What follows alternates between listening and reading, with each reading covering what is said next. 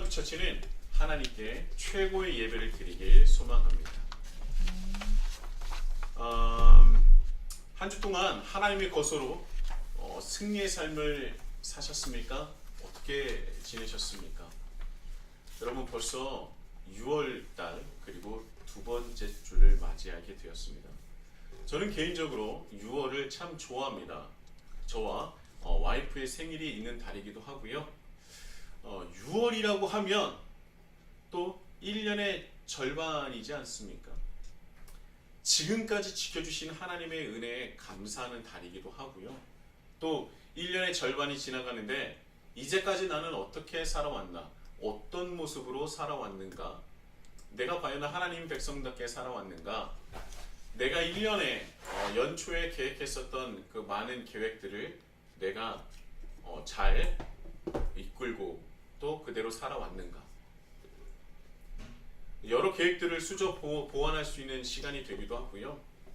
새로운 시작을 할 수 있는 달이라고도 생각을 합니다.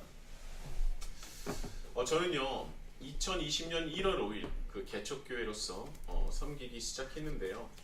저는 2020년 1월 5일도 너무나 귀하게 생각하지만 저에게는 개인적으로 2023년이 오히려 저에게 큰 은혜가 되었고 우리 히즈라이프 처치의 또 다른 시작이다. 제2의 시작이다. 다시 한번 발돋움할 수 있는 시작이다 라는 생각을 가지게 됩니다. 저는 간절히 바라는 것은 우리가 함께 동역하며 하나님 나라를 확장하는 우리 히즈라이프 처치의 귀한 한 분 한 분이 서로 정말 사랑하고 또 우리가 서로 존중하고 더욱더 사랑으로 섬김으로 하나가 되어서 하나님 나라를 확장하는 데 정말 귀한 공동체로 성장했으면 좋겠다라는 생각을 합니다.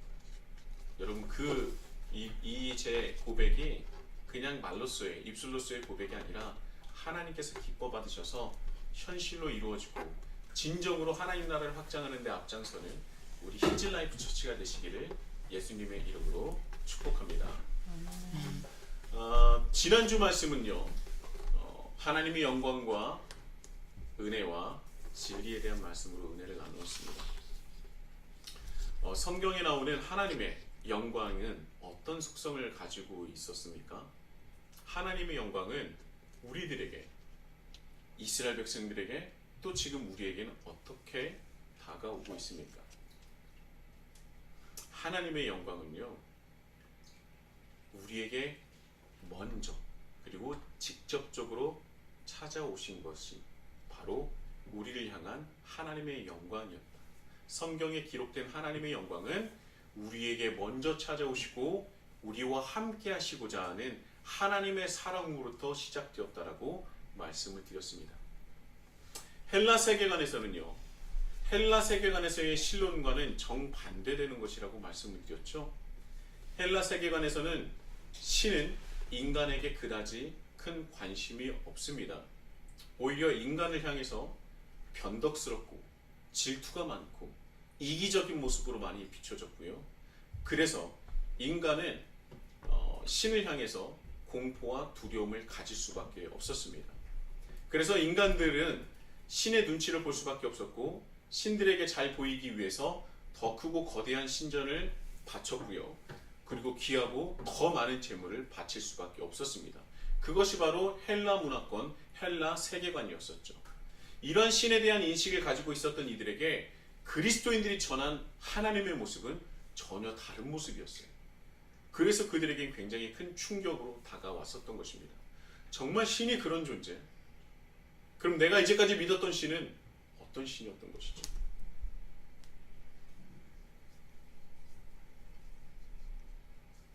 하나님은요 그 누구보다 우리를 사랑하고 걱정하시고 보호해 주시며 가장 중요한 것은 무엇이냐? 우리와 함께 하시고자 하는 그 간절한 마음이 있으신 분이라는 거예요. 우리보다 우리를 더 사랑하시면서 우리를 아끼시고 보호하시는 것뿐만 아니라 우리와 함께 하시고자 하는 그 마음이 크신 분이 바로 하나님이시라는 겁니다. 그게 바로 하나님의 영광이 우리에게 먼저 다가오고 우리에게 먼저 채워주시는 것으로 나타나는 것이죠.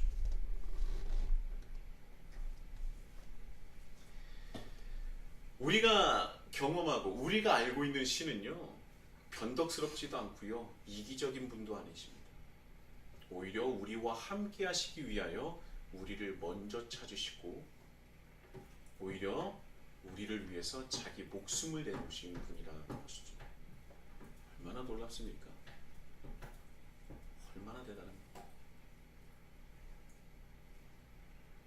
하나님은 우리와 함께 하시기 위해서요, 우리와 함께 하실 그 성막까지도 스스로 하나하나 세세하게 디테일하게 말씀하셨어요. 저는 그 성막에 그 하나하나의 그 수치까지도 하나님께서 말씀하시는 그 출애굽기의 말씀을 보면 이토록 하나님께서는 우리와 함께 하시길 원하셨구나, 이토록 우리와 함께 하시길 원하시고 더 가까이 오시길 바라시는 분이구나, 저는 그것을 느낍니다. 그리고 하나님께서 약속하셨던 대로 성막에 다 지어지자 그 성소에, 지성소에 하나님의 영광이 가득했죠. 아, 우리와 하나님이 함께 계시는, 그 하나님의 영광이 가득 찬 것을 보면서 이스라엘 백성들은 그것을 보며 깨닫지 않았겠습니까? 그리고 하나님의 영광의 정점은요, 바로 하나님의 본체, 즉 예수 그리스도의 강림 아니겠습니까? 예수님께서 이 땅에 오신 것이 바로 하나님의 영광의 정점이라는 거예요. 구약에서는 성막에서 우리와 만나셨다면 이제는 예수 그리스도를 통해서 우리와 함께 살아 숨쉬시고요, 우리와 함께 먹고 마시시며 우리와 함께 생활하셨다. 그러니까 하나님의 영광은 구약과 신약의 시대를 거쳐가면서 한 걸음 더 우리에게 다가오셨다는 거예요. 이제는 성막 안에만 멈춰 있는 것이 아니라 내가 너와 함께 숨쉬고 내가 너와 함께 먹고 마시고 내가 너와 함께 살아가겠다. 그 하나님의 영광이 바로 예수 그리스도라는 것입니다. 그래서 우리에게 있어서 하나님의 영광은 우리를 향한 하나님의 깊은 사랑과 관심인 것입니다. 이렇게 하면은 정말 저는요, 제 마음속에 하나님께서 우리를 향하신 그 관심과 사랑, 그 영광을 말하고자 하면요, 제 마음속에 있는 그 감사가, 기쁨이 끊이지 않는 것 같아요. 저도 이 말씀을 전하면서, 준비하면서 하나님의 영광이 너무나 기쁜 것이고 이미 그 영광이 내게 임했다는 생각하면은 얼마나 감사한지 모르겠어요. 그래서 저는 힘들지만 다시금 일어날 수 있는 것이고요, 어렵지만 다시 힘내서 걸을 수 있는 것입니다. 하나님의 영광이 저와 여러분들에게 이미 임한 줄 믿습니다. 그것을 꼭 믿으시길 바래요. 놀라운 은혜예요. 여러분, 이 은혜는요, 이 놀랍고도 독특한 이 은혜는 바로 기독교만이 가지고 있는 힘이자 원천입니다. 다른 종교에는 없습니다. 기독교에만 담겨 있어요. 자, 그리고 이어지는 영광에 이어서 은혜와 진리는 무엇입니까? 그 중에 은혜는 무엇이었어요? 우리가 하나님을 믿으면, 예수님을 그리스도라 시인하고 믿으면, 그리고 그를 따르면 하나님의 영광이 우리와 함께 하시는 것뿐만 아니라 우리 안에 임한다는 거예요. 즉 하나님께서 거하시는 거소가 된다는 것이죠. 그러니까 예수 그리스도를 통한 하나님의 은혜는요, 하나님의 영광이 우리를 찾아오시는 것뿐만이 아니라 더 나아가 어떤 놀라운 은혜를 이루셨느냐, 그 영광이 우리 안에 거하는, 하나님의 우리 안에 거하는 그 놀라운 은혜까지도, 그 놀라운 은혜까지로 이어졌다는 것입니다. 한 단계 더 나아갔다는 거예요. 하나님의 그 우리를 향하신 사랑은요, 점차 확대되고 점차 가까이 오신 거예요. 놀랍지 않습니까? 우리 안에 거하신다. 성막에 거하신 하나님의 영광은 내가 너와 함께 하겠다라는 것이었다면, 신약에서의 하나님의 영광은, 그 은혜는 무엇입니까? 내가 너 안에 거하겠다라는 것입니다. 예수 그리스도의 십자가 보혈로 말미암아 우리 안에 하나님이 거하시는 것이죠. 하나님의 신적인 은혜가 우리 안에 충만하게 임하였고 가득 찼다는 것입니다. 그래서 우리의 몸은 너무나 귀하고 거룩한 곳이 되었다는 것이죠. 그저 헛된 것이 아니고 영보다 천한 것이 아니고 하나님의 영광과 은혜가 충만히 임한, 그리고 하나님의 거하실 영광스럽고 거룩한 곳이 되었다는 것입니다. 그래서 여러분 함께 예배드리신 분을 한번 보세요. 그분 안에 하나님의 영광이 임하였습니다. 하나님의 거하십니다. 그래서 거룩한 백성입니다. 우리가 함부로 대할 수 없는 존재, 우리가 존중해야 되는, 우리가 사랑해야 되는 존재라는 것이죠. 그래서 믿음의 공동체는요, 더욱더 끈끈해질 수밖에 없고, 더욱더 사랑할 수밖에 없고, 더욱더 서로를 섬길 수밖에 없게 되는 것입니다. 믿음의 공동체라는 말이죠. 우리는요, 하나님께서 우리 안에 거하시기 때문에 우리는 함부로 살아갈 수 없습니다. 우리 몸 자체를 귀하고 거룩하게 여겨야 하고요, 또 함부로 대할 수도 없거니와 더 나아가서 우리의 삶을 헛되게 살아갈 수도 여길 수도 없게 됩니다. 우리 안에 하나님이 거하시는데 우리가 어떻게 함부로 대하고 함부로 살아갈 수 있겠습니까? 그래서 그리스도인의 삶은 거룩하고 복되고 기쁘며, 그리고 세상이 우러러볼 수밖에 없는 그런 삶을 살아가게 된다는 것입니다. 한순간 한순간이 귀하고 거룩한 존재, 거룩한 삶, 거룩한 시간을 보내는 것이죠. 하나님의 계획하심에 따라 하나님과 함께 동행하며 하나님의 뜻을 세상에 드러내고 이뤄내는 존재. 제가 늘 반복하지만 저는 이것이 우리가 누릴 수 있는 최고의 하나님의 은혜라고 생각해요. 세상에 절대 없어서도 안 되는 존재라는 겁니다. 없어서는 안 되는 존재예요. 바로 하나님을 믿는 우리가 말이죠. 바로 저와 여러분이 이 세상에서 없어서는 안 되는 존재라는 것을 잊지 마시길 바랍니다. 하나님께서 필요하시어서, 하나님께서 사랑하셔서 이 땅에 보내신 존재이기 때문에 얼마나 귀하고 소중합니까? 그래서 세상은 우리가 없어서는 안 되는 존재라는 거죠. 우리가 없어서는 안 되는 곳이, 그곳에 우리가 나아가야 한다는 것이죠. 자, 그렇다면 이 하나님의 영광과 그 은혜를 우리가 인정하고 받아들이면 우리가 무엇을 깨닫게 된다 그랬어요? 진리를 깨닫게 된다는 거예요. 변하지 않는 진리를 깨닫게 된다는 것입니다. 아주 값진 진리죠. 이것이 바로 진리 중의 진리입니다. 변치 않고 변할 수 없는, 바뀔 수 없는 진리.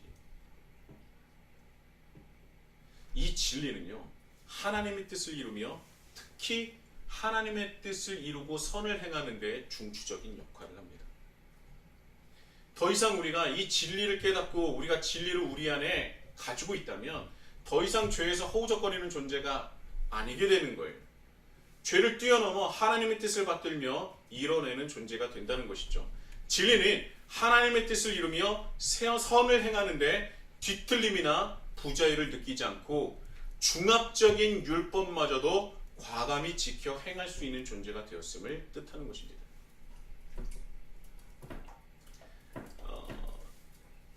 김혜곤 교수님께서 죄에 대해서 이렇게 정의를 하셨죠. 죄란 선을 행할 때 고통스러운 상태다. 죄 가운데 살면 선과 의를 행하는 것이 너무나 고통스러워 존재가 뒤틀리는 부자유를 느낀다. 그러니까 죄라는 것은 무엇이냐면요, 선을 행할 때 고통스럽다는 거예요. 고통스러워서 선을 행할 수가 없다는 겁니다. 선을 행하려고 할 때 내가 뒤틀리는 것이 느낀다는 거예요. 손이 오그라든다는 것을 느낀다는 겁니다. 선을 행하는데 너무나 부자연스럽게 부자유를 느낀다는 거예요. 우리는 어떤 모습입니까? 선을 행하는데 자연스럽습니까? 자유함을 느낍니까? 아니면 너무나 부자유함을 느낍니다.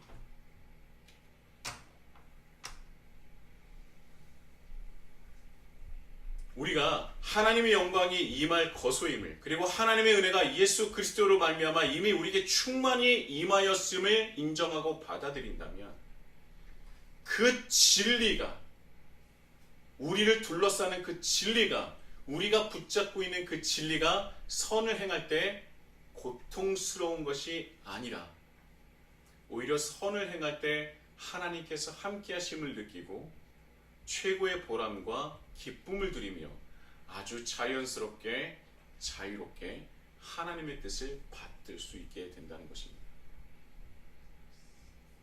그리고 우리가 그렇게 살아가고자 노력하며 진정으로 살아갈 때 하나님은 그 살아가는 우리의 모습을 통해서 하나님 나라를 확장해 나가신다.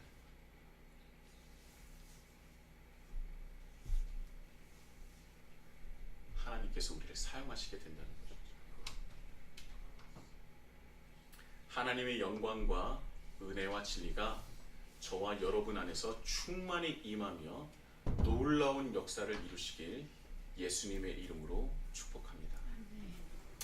자, 그렇다면요, 이 소식을 앞으로 이런 하나님의 영광과 은혜와 진리의 그 역사가 우리에게 임할 것이라는 것을 선포하고 알려주는 존재, 그 소식을 알려주는 존재를 우리는 선지자라고 하지 않습니까? 우리가 선지자라고 하는데 이 선지자, 오늘 말씀에 나온 이 세례 요한이 바로 그러한 선지자예요. 하나님의 영광과 은혜와 진리, 그것을 전하는 그 선지자가 바로 세례 요한입니다. 그 놀라운 소식을 먼저 전해준 존재가 바로 세례 요한이라는 것이죠. 이 세례 요한은요, 이 당시 수많은 사람들에게 인정을 받고 존경을 받는 인물이었습니다. 하물며 최고의 권력과 힘을 가진 헤롯 왕이나 종교 지도자들 또한 세례 요한을 함부로 여길 수 없었어요. 함부로 할 수 없었습니다. 왜요? 그 정도로 세례 요한은 이스라엘 백성들에게 존경과 존중을 받고 있었고 사랑을 받고 있었기 때문입니다. 이미 세례 요한은 하나님의 영광과 은혜와 진리를 깨닫고 있었기 때문이 아닐까요? 그래서 세례 요한은 죄악에서 헤매이던 바리새인들이나 수많은 권력자들이 선을 대하여 뒤틀림과 부자유를 느낄 때 그 앞에서 세례 요한은 당당하게 선을 행하며, 선을 행할 때 뒤틀림이 아닌 당당함과 자연스러움과 오히려 더 폭넓은 하나님의 뜻을 전하고 행하는 것을, 이루는 것을 그들에게 보여준 것 아니었겠습니까? 그 모습이 바로 선을 행하고 하나님의 뜻을 전하며 수많은 사람들에게 존중과 존경을 받는 그 모습에 세상의 힘이, 권력이 그 앞에서 당당하지 못하게 된다는 것입니다. 그래서 저는요, 그러한 모습이 바로 세례 요한의 권위를 높여준 것이라고 생각을 합니다. 여러분, 권위는요, 그저 세워지는 것이 아닙니다. 내가 권위를 주장한다고 해서, 나의 권위를 주장한다고 해서 내 권위가 세워지는 것이 결코 아닙니다. 성경에 나와 있는 권위는요, 하나님의 영광과 은혜와 진리 안에 거하는 자가, 그리고 그대로 그것을 행하는 자가 권위를 가지는 것을 우리는 볼 수 있습니다. 내가 교회에서 직분을 받았다고, 내가 장로라고, 내가 목사라고, 내가 권사라고 권위가 주어지는 것이 아니라 내가 어떻게 하나님의 영광과 은혜와 진리 안에 거하고 살아가느냐의 그 모습에 따라서 권위가 주어진다는 거예요.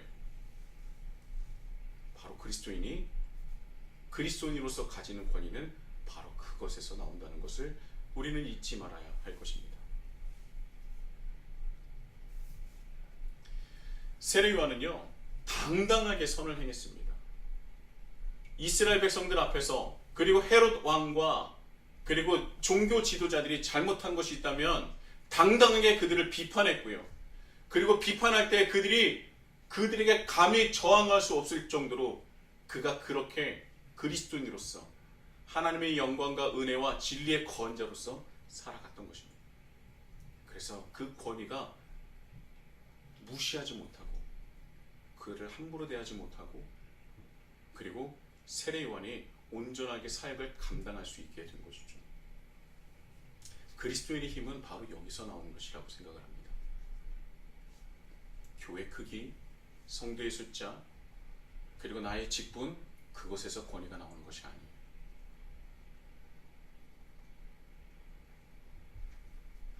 그래서 이 하나님의 영광과 은혜와 진리 안에 거하는 그 모습으로 당당하게 선을 행하고 옳고 그름을 정확하게 말할 수 있는 세례 요한의 그 모습, 진리를 따르는 그 모습에 모든 권위가 세례 요한에게 집중될 수 있었습니다. 저는 그것이 우리가 걸어야 할, 우리가 나아가야 될 방향성이라고 생각을 해요. 그때 우리에게 분명히 하나님께서 주시는 권위가 세워지기 때문입니다. 저는요, 그리고 세례 요한의 권위가 더욱더 높아지는 이유 중에 하나는요, 그대로 선을 행하고 하나님의 영광과 은혜와 진리 안에 거하서 그 진리대로 살아온 것뿐만 아니라 그 안에 또 무엇이 더 도드라졌느냐? 바로 자신을 높이지 않는 것에 있었다고 생각을 합니다. 오늘 본문의 말씀을 보면요, 세례 요한은 시작부터 끝까지 자신을 드러내고 과시하거나 자신을 높이는 것이 아니라 오직 그가 전할 존재, 즉 예수 그리스도를 높이는 데에 집중을 하고 있다는 것입니다. 여러분, 우리는요, 대부분 내가 힘을 가지게 되면요, 내 자신을 높이기 마련입니다. 내 자신을 과시하기 마련이에요. 그리고 내 것을 요구하기 마련입니다. 나에게 힘이 주어진다면 나를 높이고 나를 드러내고 나를 과시하고 이런 모습 우리가 흔하게 볼 수 있지 않습니까? 저는요, 요즘 이 시대, 현대 시대에 가장 큰 힘이 모이는 곳은 다름 아닌 SNS 세계라고 생각을 합니다. 그곳은 사람의 정말 많은 사람들의 관심이 모이는 곳이기 때문에 그래요. 그곳에는요, 사람들의 관심이 집중되어 있는 곳이. 그러니까 관심을 가지고 있는 사람들이 모이는 곳이 SNS 세상이고요.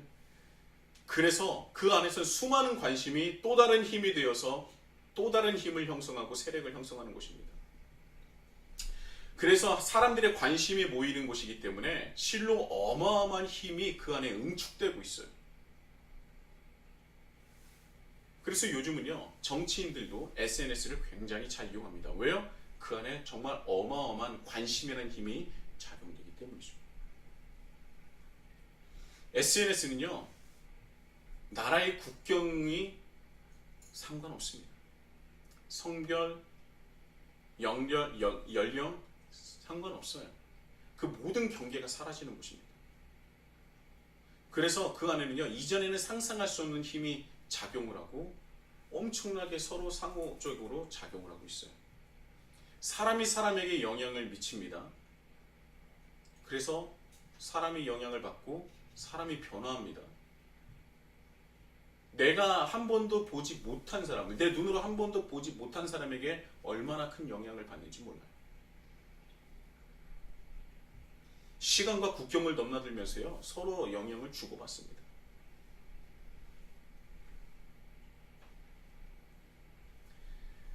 저는 어떤 그 연예인의 이 인터뷰를 봤는데, 자기가 그 출연했었던 드라마에서 악역이었었는데, 자기 SNS에 누군가 찾아와서 항상 무슨 말을 하는데 그 말이 무슨 말인지 모르겠다는 거예요. 왜냐하면 자기가 모르는 언어라는 겁니다. 자기가 모르는 언어로 계속 무엇이라고 얘기하는데 느낄 수는 있었대요. 이거는 칭찬이 아니고 욕이다. 번역을 할 수 있는 기능이 있는데 번역 버튼을 누르는 게 너무 힘들었다고 하더라고요. 인도네시아, 아랍어, 여러 세계 여러 언어로 자기를 욕하는 것처럼 들렸다는 거예요. 한 번도 보지도 못하고 알지도 못하는 사람들에게 욕도 먹을 수 있고 칭찬도 받을 수 있는 것이 SNS예요. 그리고 사람들은 거기에서 영향을 받습니다. 그래서 이 안에서 이제 활동하는 사람들을 뭐 인플루언서라고 얘기를 하지 않습니까? 사람의 이목이 집중되면요, 그 안에 힘이 발생합니다. 관심은 곧 힘입니다. 그래서 인플루언서들에게 주어지는 힘이 실로 어마어마해요. 정치인보다 훨씬 더 인플루언서들의 힘이 강력합니다. 관심이 힘이 되는 것이죠. 그 안에서는요, 인플루언서의 한마디 한마디에 사람이 반응을 하고 하물며 굳건하게 닫혀 있었던 자신의 지갑까지 열게 하지 않습니까? 관심이 어디로 발전되느냐? 경제적인 것까지도 연결이 된다는 거예요. 그래서 요즘 수많은 그런 기업들은요, 어디에 광고에 힘을 싣냐면 바로 SNS 세상에 가서 인플루언서의 그 입을 통하여서 광고를 합니다. 그들의 힘이 더 강력하기 때문이죠. 사람들은요, 인플루언서의 삶을 바라보면서 그의 삶이 나도 그의 삶처럼 살고 싶은 거예요. 그런 바람이 생기면서 그들이 입는 옷, 화장품, 신발, 먹는 것, 여행하는 것, 모든 것을 다 따라하게 됩니다. 관심이 힘이 되어 많은 것들을 변화시키는 거예요. 단순히 몇 글자와 사진 몇 장의 실물 경제가 그 안에서 어마어마한 크기로 작용되고 있어요. 그러니까 요즘에 제가 보는 SNS 세상은요, 그 어떤 것보다 힘이 집중되는 것이고 위력이 어마어마한 것이라고 느끼게 되는 겁니다. 이 사람의 관심이라는 것은요, 예나 지금이나 엄청난 힘을 가지고 있는 것입니다. 그런데 그 인플루언서들이요, 자그마치 우리나라 안에서도요 5만 명이 넘는 그런 인플루언서들이 있다는 조사가 있더라고요. 사람들에게 영향력을 미치는 인플루언서가 5만 명이 넘는다 그래요. 그런데 그 5만 명 중에 그 인플루언서들이 굉장히 유명했었던 인플루언서들이 한순간에 사라지는 것도 우리가 보지 않습니까? 수많은 사람들에게 영향력을 미치고 칭송을 받고 칭찬을 받고 존중을 받았던 그들이 한순간에 사라진 것을 봅니다. 저는 그랬어요. 이 사라졌었던 인플루언서들의 그런 공통점은 무엇일까? 그들이 갑자기 사라지게 된 이유는 무엇일까? 그렇게 사람들의 관심과 사랑을 잔뜩 받았던 그들이 사라지는 이유가 무엇이었을까? 제가 봤을 때 공통적인 것이 하나가 있었어요. 바로 그것이 무엇이냐? 모든 인플루언서들은, 사라졌던 인플루언서들은요, 그 SNS 공간을 어떻게 사용했느냐? 처음에는 어떨지 모르겠지만 자신의 것을 높이고 자랑하고 과시하고 과욕을 부리다가 순식간에 사라지게 되었다는 것입니다. 그 안에 거짓도 섞여 있었던 거예요. 여러분, 과시는 또 다른 거짓의 동의어 아닙니까? 과시는 나에게 있는 것을 더욱더 과대하게 포장하여서 보여주는 거예요. 그 안에는 거짓이 있을 수밖에 없습니다. 내가 1밖에 없는데 10이 있는 것처럼 보이는 것은 1은 진짜 1에 9는 거짓이라는 얘기 아니에요. 그래서 가리고 싶었던 것이 시간이 지나면 지날수록 드러나는 경우도 있고요. 너무나 내 것을 드러내고 과시하고 욕망을 드러내다가 결국 그것이 독이 되어서 그 힘이 있었던, 사람들에게 영향을 미쳤었던 인플루언서들이 한순간에 사라지게 되는 것입니다. 관심은 힘이지만 그 힘이 잘못 작용되면 나에게 독이 되는 거예요.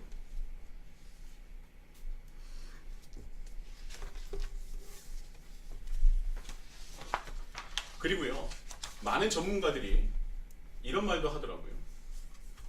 사람들은 자기가 다다르지 못할 사람들에게 있어서 그것을 보면서 대리 만족을 얻기도 하지만, 그래서 환호를 하고 그를 따라 하기도 하지만, 그러나 그것이 너무나 과하게 되면은 그 상대를 향한 거부 반응을 보입니다.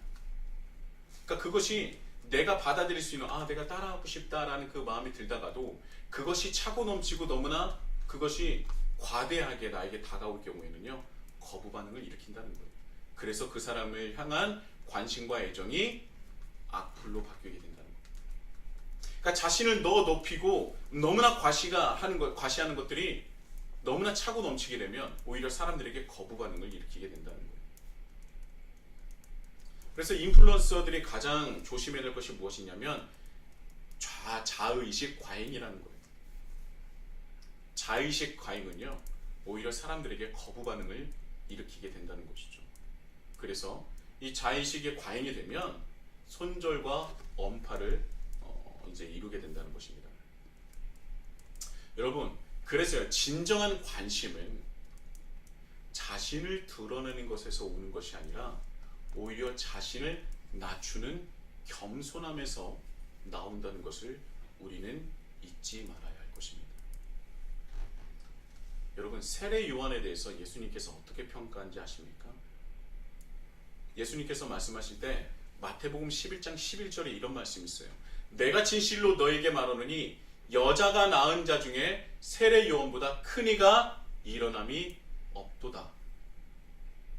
어떤 잘난 사람이 있을지라도요, 세례 요한보다 큰 사람이 없습니다. 왜? 예수님께서 직접 말씀하시지 않았습니까? 그만큼 세례 요한이 정말 대단했던 사람입니다. 그런데 그가 그렇게 대단한 사람이 되었었던 이유는 무엇입니까? 자신의 것을 드러내고 자신을 높이고 과시함에 있었습니까? 그렇지 않아요. 오히려 자기를 낮추고 겸손함에 있었다는 것입니다. 예수님께서도 인정을 하고 수많은 사람들에게 존중을 받을 수 있었던 이유는요, 사람들에게 수많은 관심을 일으키고 사람들에게 존경을 받을 수 있었고 존중을 받을 수 있었던 이유는 바로 겸손함이고 자기 낮춤이고, 더 나아가서 자신을 알리는 것이 아니라 자신이 알리고자 하는 사람을 높였다는 데 있습니다.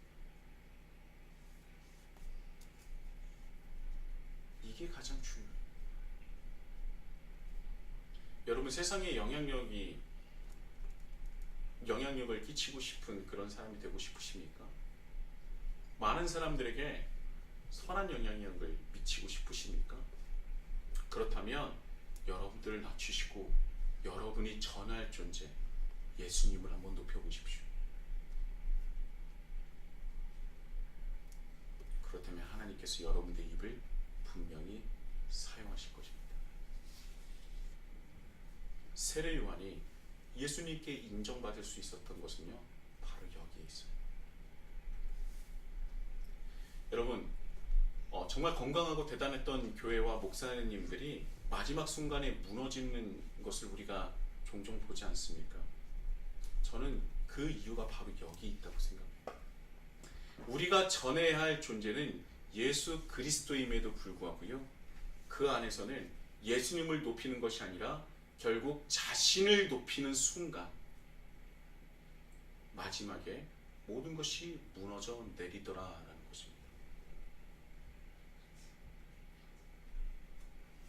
오늘 본문 말씀 15절에 내 뒤에 오시는 이가 나보다 앞선 것은 나보다 먼저 계십니다. 솔직히 말하면 사람들은요, 세례 요한이 그 말씀을 전할 때 사람들은 예수님의 존재를 아직 모르고 있습니다. 메시아를 기다리고 있는 존재였어요. 근데 세례 요한이 정말 많은 것을 보여주고 많은 것을 행할 때 그가 자신을 높이는 것이 아니라 내 뒤에 올 더 큰 이가 있으니 그가 바로 너희들이 기다리는 메시아다, 그것을 전했던 것입니다. 그는 흥하여야 되겠고 나는 쇠하여야 하리라. 앞으로 여러분들과 또 나눌 말씀 아닙니까? 세례 요한은요, 입에서 나오는 모든 말씀이 자신은 낮추고 예수님을 높이는 것으로 전했습니다. 자신을 낮추자. 그래서 수많은 사람들이 그를 높이기 시작하는 것이죠. 사람들은요, 세례 요한이 전하는 그 말씀을 보고 얼마나 궁금했겠어요. 세례 요한 뒤에 오실 리가 바로 누구냐, 얼마나 궁금하지 않았겠습니까? 그런데 세례 요한의 삶과 그 모습을 보니 더 궁금해지고 더 믿음이 갈 수밖에 없는 겁니다. 바로 예수님의 사역을 예비하는 것이죠. 여러분, 우리가 어떤 존재입니까? 바로 그리스도인 아닙니까? 자, 그렇다면 그리스도인은요, 하나님 나라를 확장해야 됩니다. 하나님 나라를 확장하는 것을 왜 확장하는 거예요? 다시 오실 예수님, 그때 그 예수님의 다시 걸으실 그 길을 뭐 하는 자예요? 우리가 예배하는 자들입니다. 바로 우리가 말이에요. 우리가 다시 오실 예수님의 그 길을 예비하는 자, 바로 또 다른 세례 요한이 되어서 살아가야 하는 존재라는 것입니다. 그것을 예수님께서 우리에게 바라고 원하신 것 아니겠습니까? 말씀을 전하는 이가 중심이 되는 것이 아니라 말씀 안에 있는 이에게 집중하게 하는 것, 그것이 교회가 해야 되는 일이고 목사가 해야 되는 일이고 바로 그리스도인이 해야 하는 것입니다.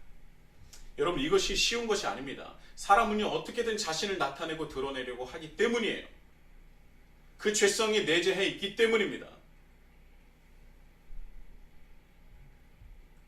그러나 그것을 우리가 컨트롤하지 못하고 결국 말씀을 전하는 이에게 집중하게 만든다면 우리는 분명히 무너질 수밖에 없어요. 여러분, 목사 안수를 받을 때요, 성의 착의식이 있습니다. 저는 성의라고 말하는 것도 굉장히 부끄럽다고 생각을 하는데요, 그냥 목사 가운이라고 생각하시면 됩니다. 목사 안수를 받을 때 그때 착의식이 있는데, 그때 목사님이 입는 가운의 색깔은 검은색입니다. 왜 검은색인지 아십니까? 그리고 또 목사들이 입는 가운이 특징이 있는데요, 생각보다 굉장히 크고 넓어요. 여러분, 왜 목사 가운이 검고 그리고 생각보다 크고 널찍한지 아십니까? 목사 가운이 검은색인 이유는 너무나 죄인으로서 하나님 앞에 감히 나아갈 수 없어, 감히 자신을 드러낼 수 없어 자신을 가릴 수밖에 없다라는 그 의미가 바로 목사 가운의 검은색을 표현하는 것입니다. 나를 가린다는 의미예요. 하나님 앞에 죄인으로서 감히 다가갈 수 없기 때문에 나를 가려야지만이 하나님께 나아갈 수 있지 않겠습니까? 그래서 목사 가운이 검은색인 거예요. 그리고 목사 가운이 생각보다 널찍한 이유는 우리가 가려야 할 죄가 너무나 많기 때문에 그 목사 가운이 생각보다 크고 널찍한 겁니다. 그런데 여기엔 또 다른 의미가 하나 더해집니다. 그럼에도 불구하고 너무나 죄가 많아서 널찍한 가운을 입을 수밖에 없는 우리임에도 불구하고 그보다 더 크신 예수 그리스도의 은혜가 우리에게 임했다라는 그 뜻 또한 목사 가운에 들어가 있는 거예요. 즉 목사 가운은요, 자신을 가리고 낮추는 데 그 의미가 있습니다.